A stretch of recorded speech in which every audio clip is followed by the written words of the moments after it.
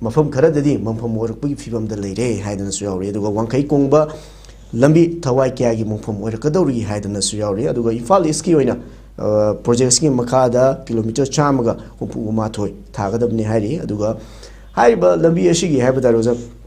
yamna kano khudong thingai ori si cement concrete si thakra matungda akogi foot inchi tarukumba foot khai kumba si laimai dagi hengalaga leiba maduda mejan khosan balai ta baduna lambi gari ani thairak pa matamda yamna khudong cha da haiba tare adugi khudong cha da bam sumai na ba aduga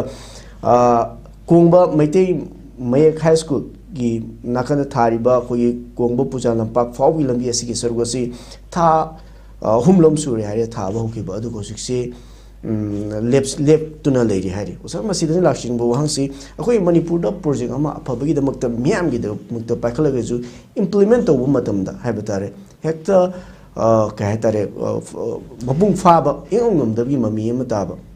put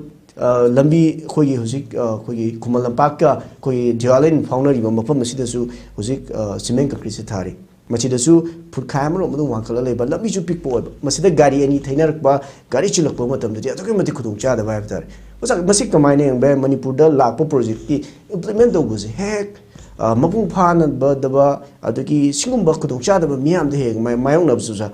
Come on in, was the same with the Taransian.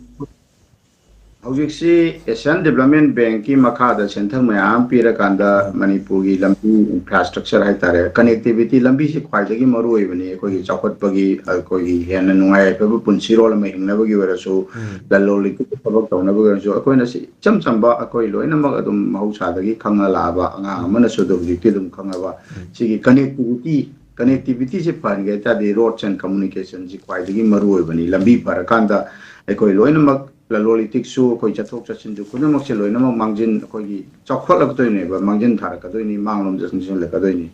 ado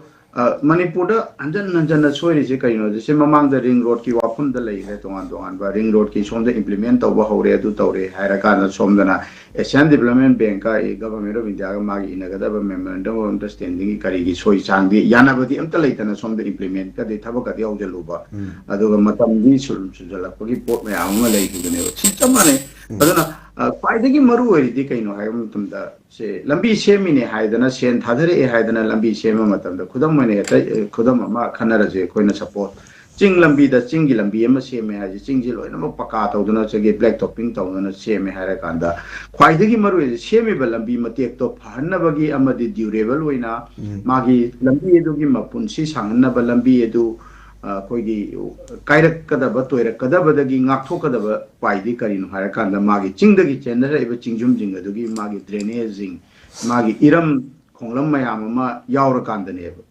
adu natraga di sembe lambi matek tumak to mok chingdagi chenara iba isel mayam duna loina mak chamthok khra kanda thadok ka ga nga sagi black topping to ri so mu akai to thuna ka hela ka do ni thuna to hela ka do ni thuna phop phop la ka do ni ba isinga masagi black topping gi pot chiga di kwai yam chuna da ba pot ne ba adu bo hoi adu bu ma mayam du tagi tawdri ha ga su aduna adu gi potu taw matam da di aina hajaning gi di kaino ha matam da project tu saba matam da holistic oi ba mi eng abada se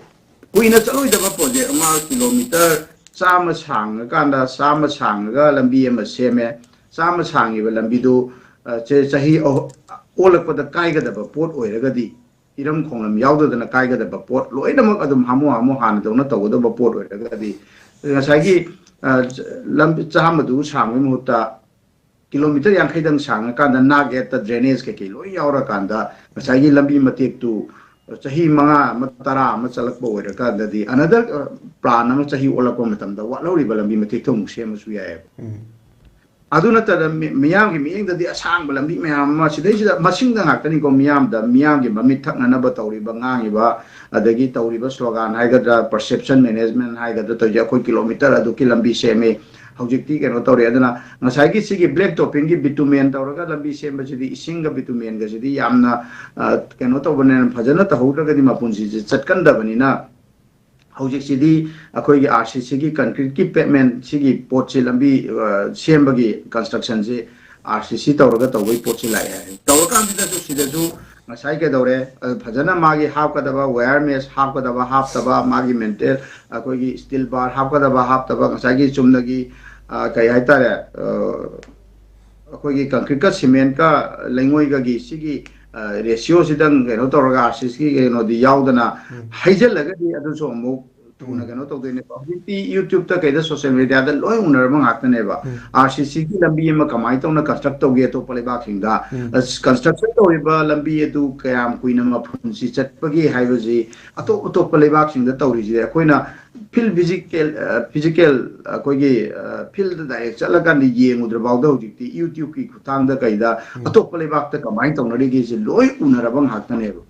अदुना मणिपुरगीदा सोइरिजे canoe ngसागी हाइदो ngसागी लंबी दु same कादा ngसागी हाइदोनि सोमददि RCC गी अखोइ इंची 6 थाना हैरबनी इंची 9 थाना हैरबनी 10 थाना हैरबनी मसिदि कायरा रोइदबनी क्वाइ फरदोनि हैरे अदो हैरिबदुगी मागी आरसीसी गी सीमेंट की अदगी लेंगोय गी कंक्रीट की रेशियो जे फजना मेंटेन तौरिब्रा क्वालिटी मेंटेन तौरिब्रा हाइबसु उद्रे अदुगो लोइना ngसागी नाकन गी वांखलगदी अदो लंबी गी नाकनदगी वांखलगदी लंबी दो थैनरकप मतमदा मदु गाड़ी जे हाइददना लंबी अदगी गाड़ी थौनरिबा खुथौजिंग असिदा ngसागी हेक्ता आई मागी सुमांगदा मागी मयुम हिंगोंदा थौबदौना थौनबगी खुथौ अमजु लेनारे हौजिसि गाड़ी थौबा अचौबा थौरिबा मचा थौगेरा अचौबा थौगेरा सिगी एटीट्यूड लोइनमक्ता लय अचौबा थौरजु मचा थौरजु आई इनिंग तौना हेक्ता थौनिंगबा नाग ये येंगदबी मांगदा कना चली तुंगदा कना ला येंगदबगी खुथौजिदा थौनबा मतमददी ngसागी मदुदगी सोक्तनबा हाइदना थैदोकनबा होनबा मतमदा हौजिकी नाकनदुदा तासन लगंदा हेना सोकनिंगाय लेबा अमु काखतपा यादबगी तयार नाम चोगा नाम अमा मथक्ता लेहरगा अदुने हेना डेंजरस ओतबा पोट मयाम जे सी करी नाम मतमदा अखोइदा डिटेल प्रोजेक्ट अदु साबा मतमदा होलिस्टिक ओइना मदुगी नाकन जिंग अदु कमाई तौगदगे मदु साइड बम जिंग दु यावद्रा यावरोइद्रा हाइबगी पोट जिंगदा मदु याहुदबगी खुदमनेबा याहुतरगदी अदुगुंबा होलिस्टिक ओइना सेमदबा प्रोजेक्ट अमा कमाई तौना अप्रूवल पीग्रिनो गवर्नमेंट की लेरिबो ऑफिसर मयाम नत्रगा पॉलिटिकल एजुकेटिव ओरो परमानेंट एजुकेटिव लेरो लेरिबो मयाम से अदुगुंबा मयाम की मांग तुम फगदबा फरोइदबा मयाम दु वखल खननबनेबा वखल खलकांद मियाम की याइफनबा मियाम थेना नुवाइनबगी थबक तो तौननबनेबा सोमदा ए प्रोजेक्ट अमा लाए हारगा प्रोजेक्ट तु की कमाई तौना तौगदबना तौरोइदम नो खंगे ए से लाए अदुदे अदु अखोगी एक्स सुदा अखोगी वाई द मसी कंटेक्ट से फंगलजे अदे अखोगी परसेंटेज अचो कदो अदुगी परसेंटेज अचो हेना अदुगी वखल मियेंग सिदा तौबदौना लोइनमक तौबसे सि लोइ अखोई लोइ अपंगसिंग लोइ उनाइयबा अदुना तौरिबा प्रोजेक्ट अदुगी सेमिबा लंबीसिंग असिगी मागी डिटेल प्रोजेक्ट रिपोर्ट तुजु मागी डिस्प्ले तौगदबनेबा कंस्ट्रक्शन सिदा करी करी याउदोरि किलोमीटर केम सांगी मागी कारम मोंग कंस्ट्रक्ट तौदुइनो हाइबसिगी मदो मियाम द डिस्प्ले तौरगा थम्मकांदा मदो थेटकदबनेबा डिस्प्ले बोर्ड अमा हाना थेटलकांदा मदो मियाम अचट अवोक लोइनमक मुफमदुगी मियाम करी करी लोइ उहलकांदा सेमिबा लंबी खुसेमदु चुमना सेमिब्रा हाइबदु येंजनबगी अदु तौगदबनेबा अदुबो सुचलबदा मपुंगदा जिकी थोइबा प्रॉब्लम जे लाइनो हाइबा तारगदी सेमिबा प्रोजेक्ट मखनसिंग असे होलिस्टिक ओइबा वखन मियंग अमदा मपुंग ओइना येंगकांदा प्रोजेक्ट से सेमदबदगिनी हाइदना ए दमाइन थमजगे नत्रगना सेमकांदा थिकागी मदु यावरमगा प्रोजेक्ट तुददी यावरमबो ओइरगा मदु तौदबो ओइरगना मखोइ मदुदैदुदा सेल दो हाइहतपा याननबगी मदुगी नाकन जिंगदो खोपचलंबा याबगी मदुगी लैरिबा खुदोंग थिनाय फिबम मदो लेहंदनबा प्रोजेक्ट यावरगजु मदुदी मियामना खंगरोइदा पोनी हाइदना मदु सेल लौथोखेदबा यानबा सेल दो दुदा थाददनबगी तौबा अमा नत्रगना अदु नतबा तारगदी प्रोजेक्ट तो मपुंग फाबा होलिस्टिक ओइबा प्रोजेक्ट अमा ओइना सेमदबदगिनी हाइदना ए दमाइन थमजगे तरंग